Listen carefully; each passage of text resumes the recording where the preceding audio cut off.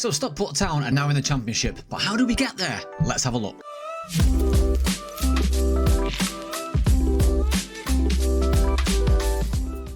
I'm Matt, and coming up on today's video, I'm going to show you how I've got Stockport Town so far to the Championship. I'm going to show you some of the key results, the leagues to date, and also some key transfers in and out, and a little bit about our club history. Let's take a look back in time. So as you can see, Stockport Town, I know we're currently 5th in the Sky Bet Championship, and I know we've currently got a 12,154 seater stadium, but it wasn't always like this. Let's cast our minds back a little bit. And that little bit is here, right down the bottom in the 2022-23 season of the North West Counties League Division 1 South. It's this season where it all started, really. I started to save on a Tier 10 database, and I picked Stockport Town primarily because I actually play football at their ground once a week. Not for Stockport, obviously, just with friends. Now, this is where it all started, you know. I picked a very simple formation, which was a 4-2-3-1. It actually went to a 4-2-4 throughout the year because we were so attacking, as you can see here. We won the game. Won the league comfortably. We played 38 league games, won 35, lost 1, and we got a total points tally of 107. You probably can't see that on screen, actually, so let me just flip that to the other side, and you can see that quite comfortably there now. Now, as part of that, what you'll also be able to see is the staggering amount of goal difference that we've got. The goals that we scored that season was a joke, 163 goals in all competitions, and let me tell you where they came from. Now, our transfers was busy that year. The majority of the goals came from a young chap right down this list. Let's find him. Where is he at? First of all, we've got this guy, Tyrese Onyeka. My goodness, did he bag. Look at that. Nearly 70 goals in half of the appearances, pretty much. Needless to say, he left me on a free for much better things. And the problem with when you're managing amateur clubs in FM, probably in real life as well, really, is that because you can't tie these players down, they leave you for nothing, for better pay-as-you-play contracts. So say he was earning £20 a game with me, he could literally move anywhere for 30 quid at any point during the season for anyone. Next up, we had Rafael Garcia, brilliant player. He came in from Everton on a free, and that year, even though he played out wide, he played nearly 30 times. In fact, he played over 30 times, sorry, but he played 40 games, 42 games for us in total, scoring 13 goals and got 27 total assists. What a joke of a player. But the man that had the biggest impact, Liam Crystal, who in this current save is now 30 years old, but at the time he was a youngster, and we got him in for free. And look at that first season. He played 40 games, 18 from the bench, 50 goals he scored with 12 player of the matches and 6 assists. Look at his average rating that year. It was disgustingly good. Liam Crystal did that well that year. He's actually still a club legend, believe it or not, after one really solid season as well. Fair play. Moving on, after we wiped the floor with that league, we went into the North West Counties League Premier Division. And again, same old story really. 42 games played, 39 won, and just 1 lost. If I flip that down there, you'll be able to see it properly.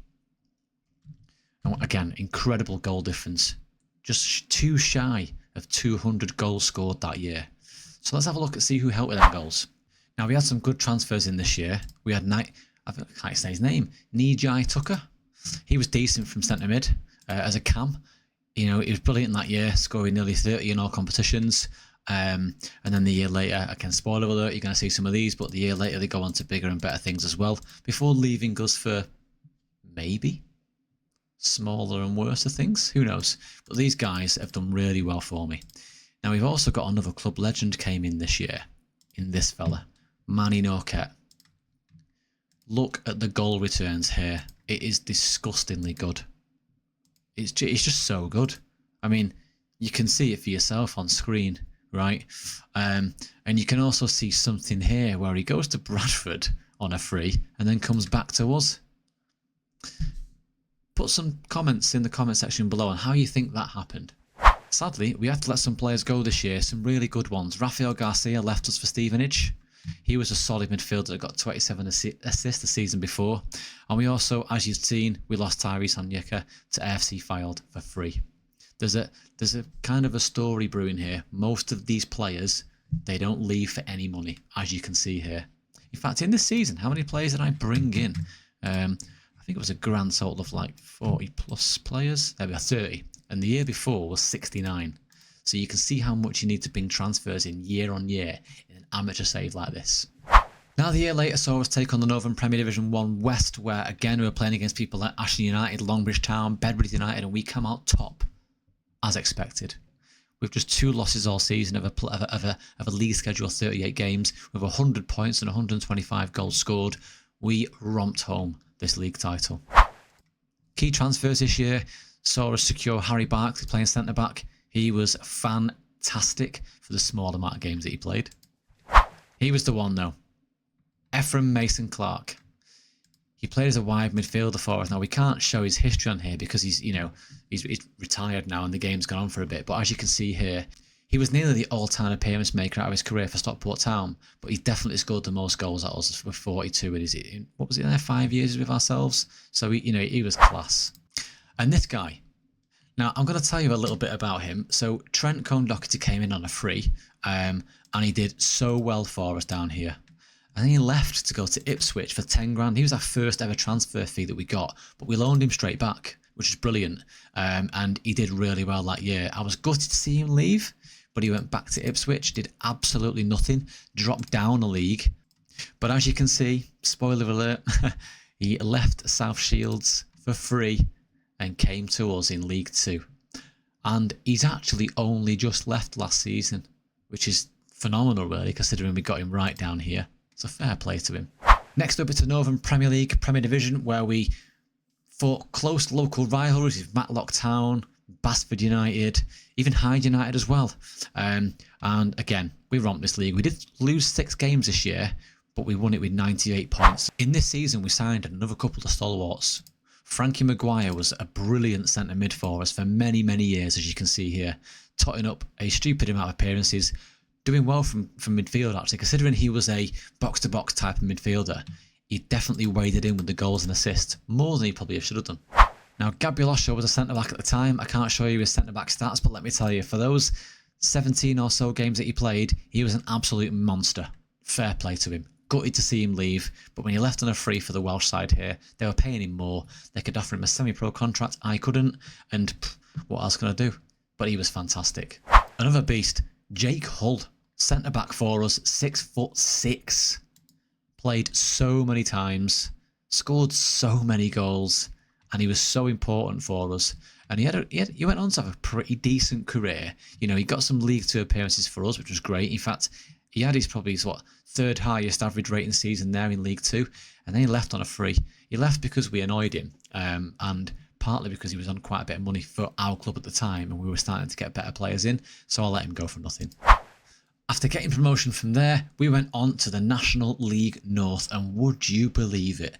First time of asking, we flew to that league title, losing 7 games, scoring 129 goals and totting up 105 points. This season really saw us double down in the transfer market. Braden Olorenshaw was quality for us. As you can see, he had 1 season on loan there where he was fantastic. 3 years later, he joined us on a free in League 1 and played really, really well. Unfortunate to see him go there, but he wouldn't sign a new contract. Again, because he wasn't really getting, he was getting the game time. Clearly, he played 30 games, but he was in and out of form. He wasn't getting the amount of, he wasn't having the impact on games that he should do. And I thought for the wage that he was on, we could probably get someone better. And we did, and you'll see shortly. But Braden was class for us. Sad to see him leave in the end. Maybe. This fella, Joshua Yahya, is still here. He joined us as a young right wing back in the day, and he's been here way back since 26-27 season. And look at the games he's starting to tot up. And what's really nice about a player like him is you can see him go from league to league, and his average ratings are starting to, thereabouts. They're increasing this year. He's having his best year yet so far, and he's in the highest caliber league, in the highest position. So he was a phenomenal signing, and still just 25 years old. Probably not much development to go, to be honest, but he's a solid player for us at right wing back. This is where we had our first stumbling block, because whilst we got promoted on the first attempt in National League North, we definitely hit the skids here in the National League proper, finishing 15th overall in the season, and we really struggled this year. We couldn't get the most out of some of our star players, we couldn't get the best out of our tactic, and the form was horrifically inconsistent. We didn't really even let go of any key players. It's just that the players that we had in weren't doing enough. Now, some that did though was this fella, Dubin Messe. He was solid for us. Again, just not doing. I mean, he can't all be on his shoulders. He was really, really good. Look at that second season here: 42 games, 6 goals, and 14 assists. That could have been a season we might have got promoted. One that I was sad to see leave was Patrick Coney. Got him on loan from Stockport County. I thought I'd be able to keep him for a free, or at least a loan again, but he didn't. We had 1 year out of him where he played 30 times, scored 6 times, or 7 overall, and got 11 assists. And actually, he probably would have had a major impact the year later if he'd stayed, but we had to work without him. I was sad to see him leave, but, stalwart player for that one season at least. But we don't hang about mid-table for too long, do we? Because the following season, we flew to the National League title with 94 points in total, winning 30 games. We lost 12, but because we outscored nearly everyone we played against, albeit we did concede quite a lot in comparison to some of the people around us, and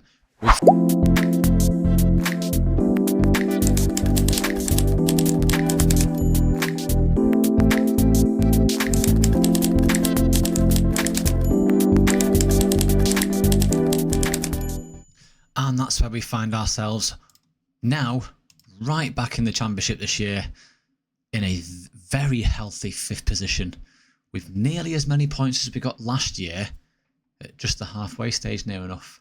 So we are onwards and upwards. And our next 2 games are going to be live on stream on Twitch, where we're going to be playing Wolverhampton Wanderers in the league. And then just after that, we're going to be playing Stoke City away in the FA Cup 3rd round.